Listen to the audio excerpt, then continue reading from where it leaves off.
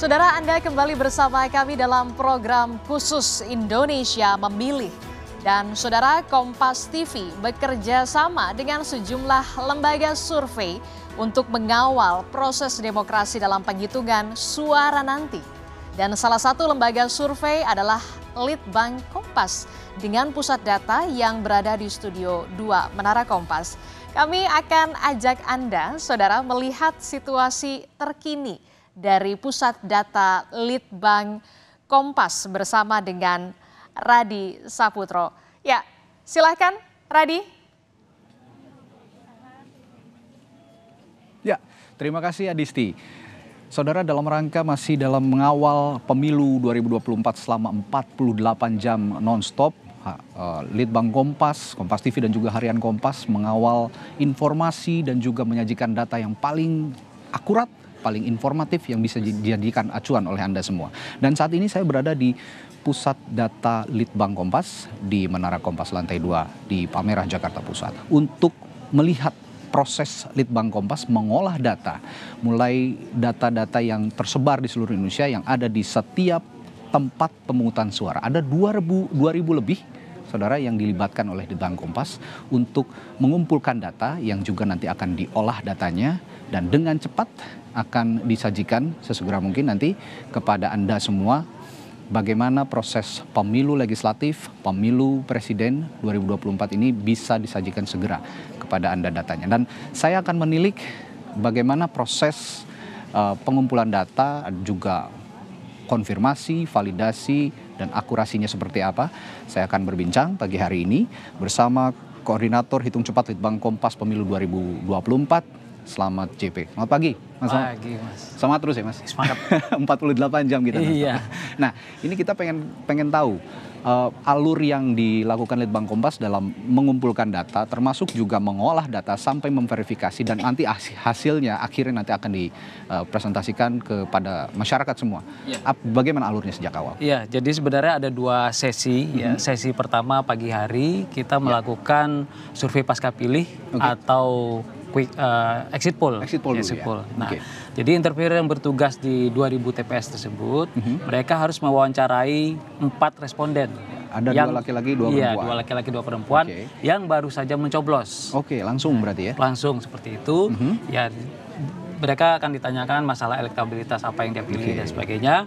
Kemudian setelah wawancara langsung mereka kirimkan dengan aplikasi yang kita siapkan, masuk ke data kita, kemudian baru dikonfirmasi oleh teman-teman, ada 100 konfirmator di sini, dibagi sesuai dengan wilayahnya. Nah, apabila foto yang dikirimkan dan data yang diinput itu sudah benar, akan langsung diproses oleh verifikator. Iya. Nanti setelah masing-masing interviewer, 4 responden masuk, baru mereka dipersilakan untuk istirahat, untuk persiapan quick count di siang hari nanti. Nah, dan yang selanjutnya ini proses kerjanya. Ini sesi kedua nanti siang. Nanti siang. Yang tadi pagi ini yang nanti siang ya? Iya, ini setelah TPS ditutup. Ini adalah quick count-nya, hitung cepatnya. Jadi kalau yang exit poll tadi targetnya adalah responden, sementara kalau untuk hitung cepat target kita adalah hasil penghitungan suara di masing-masing TPS. Itu, dan si interviewer akan mencatat apa yang ada di C1 PPWP Plano yang ada di papan, kemudian mereka input, kirimkan fotonya. Jadi prosesnya mirip dengan yang tadi, ya langsung dikonfirmasi. Kalau memang langsung divalidasi dan masuk ke dalam penghitungan dashboard kita.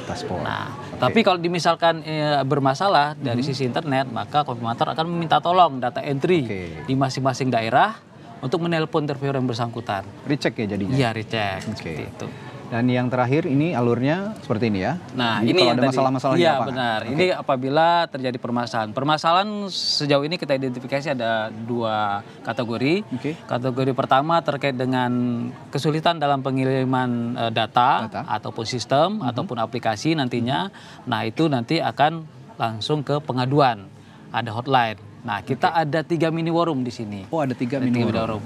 Medan untuk wilayah Sumatera, Jakarta untuk wilayah Jawa, dan Makassar untuk wilayah Sulawesi, Kalimantan, Maluku, Papua, Bali, dan Nusa Tenggara. Sementara apabila ada permasalahan teknis di lapangan, misalnya TPS-nya pemungutan suara di TPS mundur waktunya, nah mereka harus melaporkan, termasuk apabila ada kejadian yang membahayakan. Ya, berarti dipastikan setiap pulau, setiap regional ada petugas kita di sana untuk mengumpulkan data begitu ya. Nah, kalau begitu kita pengen tahu juga sebaran sampelnya, Mas.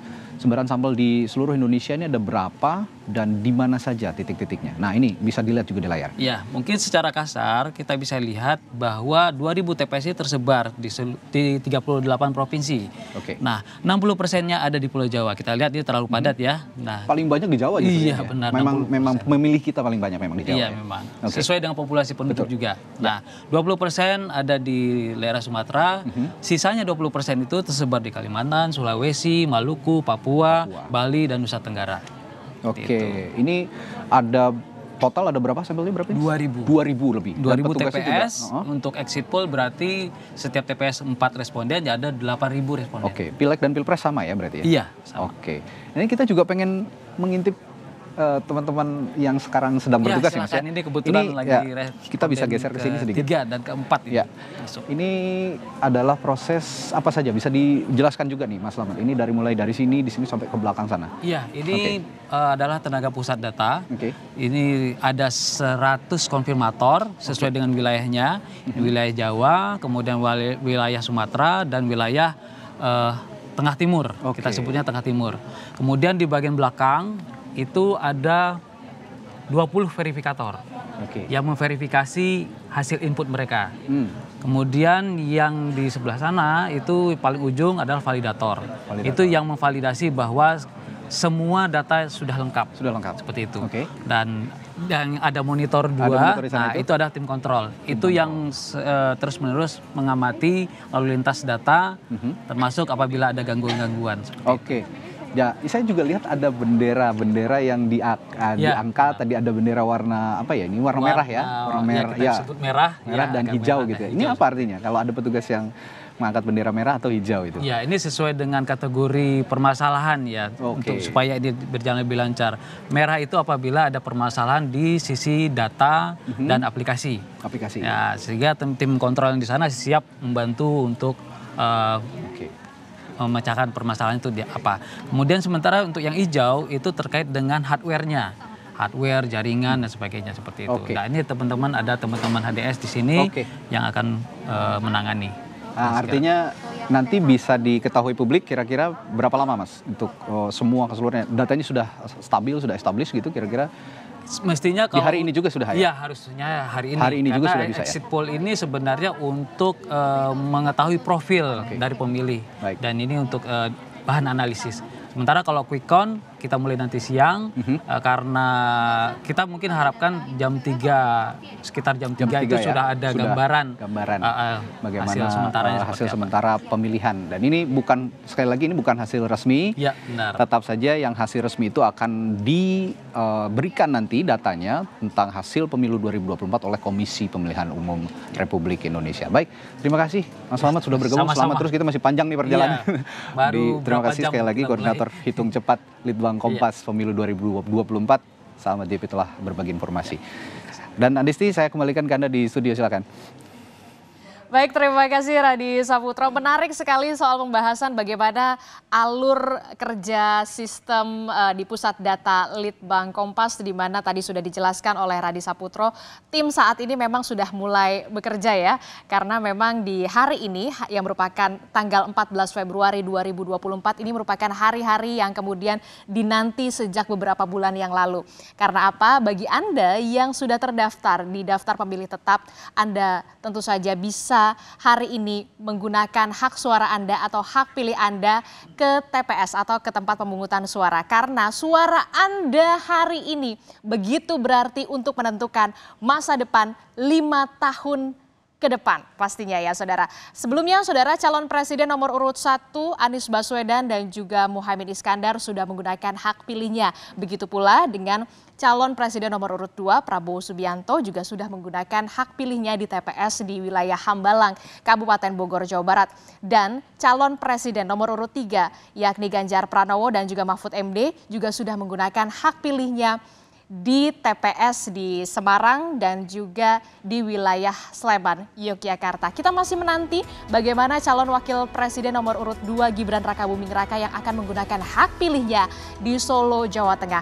Jangan kemana-mana, saudara. Indonesia Memilih masih akan kembali dengan dialog nanti usai jeda. Jadi tetaplah bersama kami dalam Indonesia Memilih.